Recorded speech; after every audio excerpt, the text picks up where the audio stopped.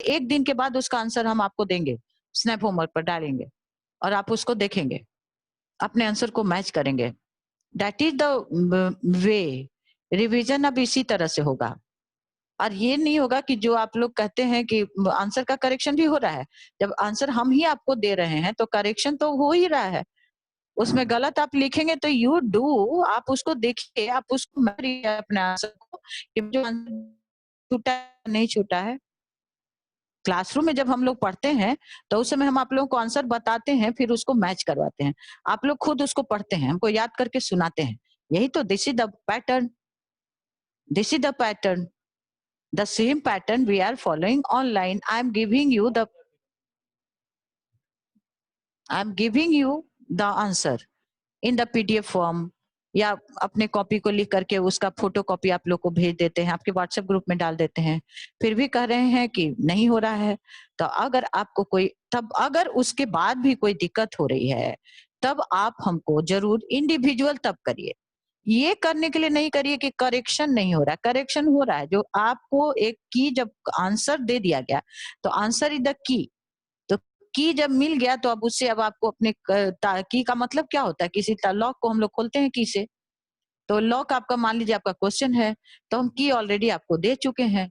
तब आप उससे लेकर के अपने आप को सेल्फ गाइड करके अपने क्वेश्चन को करेक्ट कर लीजिए, अपने आंसर को करेक्ट कर लीजिए। आप देखिए कि आपने क्या छोड़ दिया है। ये आपका काम होना चाहिए। और जो है, जो भी हम लोग अपना एट रैंडम संडे का टेस्ट तो जरूर सबको ही दीजिए, क्योंकि उससे आपका अटेंडेंस भी बन रहा है। फिर उससे आपका परफॉर्मेंस भी लिया जाएगा, इंटरनल असेसमेंट होगा।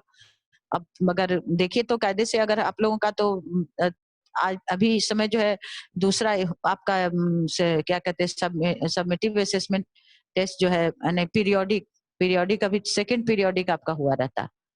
अभी सेकंड पीरियोडिक खत्म हो जाता था हम लोगों का। तो अब वो सारा चीज आपका first periodic, second periodic, your attendance and activities also, सारा कुछ आपका जो है वो आपका जो संडे का एग्जाम हो रहा है उससे इवेल्युएट किया जाएगा। So I request all of you, जो लोग भी अगर संडे टेस्ट छोड़ रहे हैं तो छोड़िए नहीं, you do your appear in the test, और उससे फिर आपका अटेंडेंस भी बनेगा। So please children, try to be careful, उस ध्यान दीजिए। और उसके बाद जो भी आपको दिक्कत हो रही हो, देन तब आप हमसे कांटेक्ट करिए। एकदम एनी टाइम आप हमसे कांटेक्ट कर सकते हैं। But you have to understand your role also. आपको अपना रोल भी आपको समझना है कि हमको क्या करना है ऐसे समय में, जब हम स्कूल नहीं जा रहे हैं, जब मैम के सामने हम नहीं रह रहे हैं, पेरेंट्स भी हमको देख रहे हैं, कितना देर देख रहे हैं तो आप लोग जानते होंगे कि आपके पेरेंट्स आपको कितना देर तक देख रहे हैं। लेकिन वहां भी आपको धोखा नहीं देना, अपने पेरेंट्स को भी धोखा नहीं देना है, मैम को भी नहीं। तो आप लोग को तो एक सीख लिए हैं। कभी कहिएगा कि मैम आप तो ऐसे नहीं करती, मैम वो नहीं हुआ, लेकिन कभी अब आप लोग को भी तो कुछ करना है ना। क्लास रेगुलर अटेंड कर रहे हैं, very good. Those who are attending their classes regularly, very good. But आप लोग ये जो सोचते हैं, जो आंसर हमने आपको दिया, तो आंसर हमने खुद लिखा, आपको दिया, तो अब उसमें फिर करेक्शन करने की हमको क्या जरूरत है? अब आपको जरूरत ये है कि आप उसको देख करके नोट डाउन एकदम सावधानी से करिए। और जब कर लीजिए तो उसके बाद जब मैम का जो आंसर है उसको सामने रख के उसको चेकिंग करिए, एंड देन इन्फॉर्म मी कि ma'am I have written, I have done my work, my copy is completed. That is the way. इसलिए ओके, कोई बात नहीं है जो भी अपना, लेकिन और इसके साथ साथ अब जो भी हम लोग अपना रिवीजन कर रहे हैं, और प्लस जो है this revision is very important for all of you. So please pay attention. अब ये नहीं कि ये तो हो गया है तो हम इसको ध्यान नहीं देंगे, no, attend your classes regularly, and if you have any problem then you may write on in your WhatsApp group. जो लोग आप लोग कभी कभी सेपरेट अपना करके कि मैं हूँ, I know all of you, हम सबको, हम आप लोगों को सबको जो है व्हाट्सएप पे हम देख रहे हैं, और हम लोग स्नैप होमवर्क पे भी देखते हैं कि कितने बच्चे क्लास में आए, क्या किया, अटेंडेंस भी देखते हैं आप लोगों का। तो आप लोग परेशान नहीं होइए। ये नहीं सोचिए कि ma'am is not caring you, not watching you, ma'am is not knowing what you are doing. ये बात नहीं है। वी आर कनेक्टेड, हम लोग एक दूसरे से जुड़े हुए आज भी हैं और आगे भी रहेंगे। और the now democracy and equality children. तो डेमोक्रेसी का मतलब क्या होता है? Democracy is a form of government to the people, for the people and by the people. तो इंडिया में जब हम लोग फ्री हो गए, आप क्लास 6 के भी बुक को थोड़ा सा याद करेंगे तो आप लोग को याद आ जाएगा कि जब हम लोग फ्री हो गए थे तो उस समय इंडिया में एक किस तरह का गवर्नमेंट बनाया जाए। फ्री का मतलब हुआ जो 15 अगस्त 1947 को जो इंडिया आजाद हुआ अंग्रेजों से, उसी को हम freedom, I am talking about freedom here. तो जब इंडिया गॉट फ्रीडम एंड 15 अगस्त 1947, तो हर इंडियन के मतलब उस समय जो हमारे लीडर्स थे, तो लीडर्स के दिमाग में ये था कि how to rule the country, क्या कंट्री को कैसे। तो जब अंग्रेज थे तो उस समय तो अंग्रेज अपने हिसाब से रूल कर रहे थे, और अंग्रेज के पहले जो हमारे यहाँ जो राजा लोग थे, तो हर बहुत सारे राजा थे जो कि आपस में लड़ते भी रहते थे, और उसी लड़ाई का फायदा उठा करके अंग्रेजों ने हमारे यहाँ अपने आकर के राज करने लगे। तब अब हुआ कि कौन सा फॉर्म ऐसा किया जाए जिसमें आपस में लड़ाई झगड़ा नहीं हो और लोगों का डायरेक्ट पार्टिसिपेशन भी हो। लोग ये बात समझें कि हम लोग we are the citizen of this country and ये देश मेरा है और इसमें मेरा भी क्या रोल हो सकता है। तो इसके लिए democratic form of the government चुना गया। तो democratic form of the government का डिफिनेशन ये दिया गया, democracy is a for the is the government to the people, by the people and for the people. लोगों से, लोगों के द्वारा, लोगों के लिए। मतलब लोगों से मतलब हम लोगों में से कोई एक, मतलब जो लोग नेता बनना चाहते हैं, लोगों के द्वारा हम लोग वोट दे करके उनको चुनते हैं।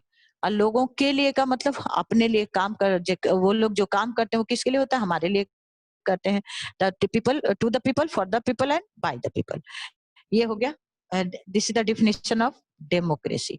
अब फिर हम लोग आ जाते हैं कि जो आप लोग क्लास 6 में पढ़े हैं, तो आप लोगों को याद होगा, in India there is a representative democracy। representative form of democracy का मतलब क्या हुआ? What is the meaning of the representative form of democracy? तो representative form of democracy means हमारा डायरेक्ट मेरा इन्वॉल्वमेंट नहीं है। मेरा इन्वॉल्वमेंट क्या है इन इंडिया? हमारे जो पब्लिक है, हम लोग हैं, तो हम लोग क्या करते हैं? तो करते ये हैं कि हम लोग वोट देते हैं। तो हु इज ए वोटर? अब वोटर कौन है, ये आप लोग क्लास 6 का बात आप लोगों को हम बता रहे हैं, it is not in class 7, ये क्लास 6 की बात। तो आप लोग को वोटर में याद होगा कि हु इज अ वोटर। तो वोटर जो है कौन है? जो सिटीजन ऑफ इंडिया और who achieve attain the age of 18 और अबव, 18 साल और 18 साल से ऊपर का जो लोग एज अटेंड करते हैं वही लोग एक वोटर हैं। They are a voter and they will cast their vote. तो आप लोग children are not a voter, because ऐसा माना जाता है कि ये बच्चे जो हैं अभी डिसीजन लेने लायक नहीं है। In after 18 years, on 18 years brain mature हो जाता है और हम लोग वोट देने लायक हो जाते हैं। तो ये तो मतलब मीनिंग हुआ कि हु इज अ वोटर। अब now what is a representative form of the democracy और गवर्नमेंट? तो in a representative form of democracy और a government, people cast their vote in favour of a party और a person. या तो हम लोग अपना वोट देते हैं, या तो एक पार्टी के फेवर में देते हैं, या किसी एक पर्सन के फेवर में अपना वोट देते हैं। और देन द मेजोरिटी पार्टी क्या करती है? जो मेजोरिटी पार्टी जो जीतती है, जैसे अभी जो है इलेक्शन हुआ था, तो Bharatiya Janata party majority party में जीत गई। तो मेजोरिटी पार्टी क्या करती है? Claim to form the government before the president. President के सामने जाकर के मेजोरिटी पार्टी ये क्लेम करती है कि हम गवर्नमेंट बनाएंगे, and the majority party form the government. अब जो मेजोरिटी पार्टी का जो लीडर होता है वो जो है प्राइम मिनिस्टर चुना जाता है। और जो प्राइम मिनिस्टर का जो अपना फिर अपने वो अपना एक टीम बनाता है कि कितने लोगों के साथ मिलकर हम अपना काम करेंगे। तो prime minister form his own team and the prime minister is assist by the council of ministers. और लेकिन अब यहाँ पर काउंसिल ऑफ मिनिस्टर्स जो लोग कहते हैं, तो प्राइम मिनिस्टर जो है मिलजुल के उनको काम करना है। ये नहीं कहना है कि I am the super power, जो हम कहेंगे वही होगा, ऐसा नहीं कह सकते हैं prime minister. Council of minister जो लोग होते हैं उनके भी पावर होते हैं, और वो लोग जितना भी बात बोलते हैं प्राइम मिनिस्टर को वो सारा सुनना भी पड़ता है। नाउ नेक्स्ट, ये हो गया हम लोग का representative form of the government. और कभी कभी सम टाइम्स क्या होता है कि रिप्रेजेंटेटिव कोई भी पार्टी, मतलब इलेक्शन जब हुआ तो मान लीजिए मेजोरिटी नहीं, मतलब जितना सीट चाहिए गवर्नमेंट बनाने के लिए, मेजोरिटी का मतलब यही होता है कि जितना सीट चाहिए गवर्नमेंट बनाने के लिए उतना सीट हम जीते नहीं। तो डेट इज कि अब हमको किसी भी पार्टी को मेजोरिटी नहीं है, तो 2 पार्टी, 3 पार्टी, 5 पार्टी, 10 पार्टी मिल करके और गवर्नमेंट सरकार बनाती है। तो जब वो पार्टी क्या कहलाती है, वो कोएलिशन गवर्नमेंट। कोएलिशन का मतलब मिली जुली सरकार, कोएलिशन का मतलब ये हुआ मिलजुल कर सरकार जो हम लोग चलाते हैं, कोएलिशन गवर्नमेंट। अभी इंडिया में मेजॉरिटी पार्टी का गवर्नमेंट है, वो क्यों है? क्योंकि भारतीय जनता पार्टी को पूरा कंप्लीट मेजॉरिटी मिला हुआ है। और इसके पहले जो है जब कांग्रेस का राज था तो उस समय जो है कोएलिशन गवर्नमेंट था, क्योंकि कांग्रेस के पास उतना मेजॉरिटी नहीं था, तो कांग्रेस बहुत सारे पार्टी के साथ दोस्ती करके और अपना सरकार बना लिया था। कोएलिशन गवर्नमेंट का मतलब, हाँ सिंपली आप लोग समझिए, दोस्ती करके कि हम लोग सब कोई दोस्त हैं, एक दूसरे की बेइज्जती नहीं करेंगे, जो भी पावर होगा एक दूसरे की बात को सुनेंगे, जो भी पावर होगा मिलजुल करके उसका बांटेंगे और कंट्री के बेनिफिट के लिए काम करेंगे। We will work on behalf of our people for the benefit of our country. That is the main क्या कहिएगा कि motive of the coalition government. Now children, अब फिर अगर हम लोग क्लास 7 का डेमोक्रेसी एंड इक्वालिटी, तो one thing which exist in the democracy, जो आपके इस लेसन में आपको बताएगा आगे, तो डेमोक्रेसी इक्वालिटी कहता है, all people are equal before the law. ये कहता है कि सारे जो लोग हैं, all are equal before the law. लेकिन अब यहाँ पे कहता है कि आपके आगे बताएगा और तो, लेकिन उसके पहले थोड़ा हम लोग डिस्कस करेंगे, आप लोग को समझाएंगे और आप लोग इसको समझिएगा। और जब क्लास ओवर हो जाएगा तब आप लोग इस लेसन को पढ़िएगा। पीडीएफ में हम दिए हुए हैं, आज फिर हम इसका पीडीएफ आप लोग को डाल देंगे, आप लोग एक बार और इसको अच्छी तरह से देख लीजिएगा। तो चिल्ड्रन, तो अब कहता है कि डेमोक्रेसी एंड इक्वालिटी, डेमोक्रेसी में इक्वालिटी है कि नहीं है। एक क्वेश्चन ये आप लोगों पे हम छोड़ रहे हैं कि is there is equality in democracy. आपका आंसर क्या होगा ये आप लोग जरूर लिख कर रखिएगा, और कल हम लोग एक आपस में जब बात होगी तो सबको स्क्रीन शेयर करिएगा और अपने आंसर को हमको दिखाइएगा। Is there equality in Indian democracy? Question है आपका, is there equality in Indian democracy? क्या भारतीय लोकतंत्र में इक्वालिटी है, समानता है? तब अब एक जगह से आपको आंसर मिल सकता है जो भी। तो पहला क्या है कि गवर्नमेंट ने जो हमारे जो लोगों ने जो ये बनाया, क्या कहिएगा कि the people who have form the constitution of India, तो उन लोगों ने जब बनाया सरकार तो ये कहा कि all people are equal before law. हर कोई जो है, हर लोग जो है लॉ के सामने हर कोई इक्वल है। All people are equal before law. भेज देंगे कुमारी सृष्टि, आपको लेसन 4 का फिर से भेज देंगे। उसके बाद अभी तो पहले थोड़ा पढ़ा लें आप लोगों को, हम भेज देंगे। All people are equal before law. तो क्या अब कहता है कि ऑल द, जैसे आप लोग का एक है बच्चों का जो, ये भी हम लोग देखिए, we are not, I am not going to पूरा चैप्टर अभी नहीं शुरू कर रहे हैं, लेकिन important points here I am discussing with all of you. तो क्वेश्चन रिपीट करने का है कि is there is equality in Indian democracy? Equality, not inequality. Is there is equality in Indian democracy? क्या इंडियन डेमोक्रेसी में equality है? This is my question. You please write your answer tomorrow, in tomorrow class we will share the screen, और उसके बाद आप लोग इसका answer हम लोग को हमको बताइएगा। और at the end of the class you will get की ऑफ द आंसर, की मिलेगा आप लोगों को, उससे अपने आंसर को मैच कर लेंगे सारे बच्चे, those who are attending the class, and try to attend the class regularly and join the class at time. Sometimes like today, कभी कभी नेट प्रॉब्लम होता है, बट हमेशा नहीं है ये। तो I request all of you to attend the classes regularly and appear in the weekly test must. Your appearance in the weekly test is must. And now children, one again I am going to tell you, अपना हमारा constitution जो है हम लोगों को बहुत सारा power देता है, जिसमें वन है आप लोग का बच्चों का right of education, RTE, right to education. तो अब मतलब शिक्षा का अधिकार, इसका मतलब है शिक्षा का अधिकार। शिक्षा का अधिकार में कहता है कि what is right to education, ये आप लोगों को हम बता रहे हैं। राइट टू एजुकेशन मतलब मीनिंग ऑफ द कि each and every child, Indian child, each and every Indian child 0 to 14 years, जिसका एज जो है कितना है, मतलब 0 से लेके 14 ईयर्स तक, he has a right to get free education from the government। Government की तरफ से हर वो बच्चा जो भारतीय है, जिसका उम्र जो है 0 से लेकर 14 साल तक है, उसको फ्री एजुकेशन मिलना चाहिए। तब अब हियर आई एम अगेन, ध्यान दीजिएगा आप लोग, क्योंकि अब क्लास में का टाइम बहुत कम रह गया है, सो प्लीज पे अटेंशन। अब here I am going to ask you one question कि क्या 0 से 14 साल का सारा बच्चा स्कूल जाता है? अब आप अपने आंसर को थोड़ा अपने सराउंडिंग में देखिए, सराउंडिंग मतलब अपने आसपास को देखिए, और जैसे आप लोग हमको मैसेज भेजते हैं, मैसेज भेजिए कि क्या आपके आसपास के सारे बच्चे जो 0 से 14 इयर्स के हैं स्कूल जाते हैं कि नहीं जाते हैं, whether they go to school और not, this I want to know from you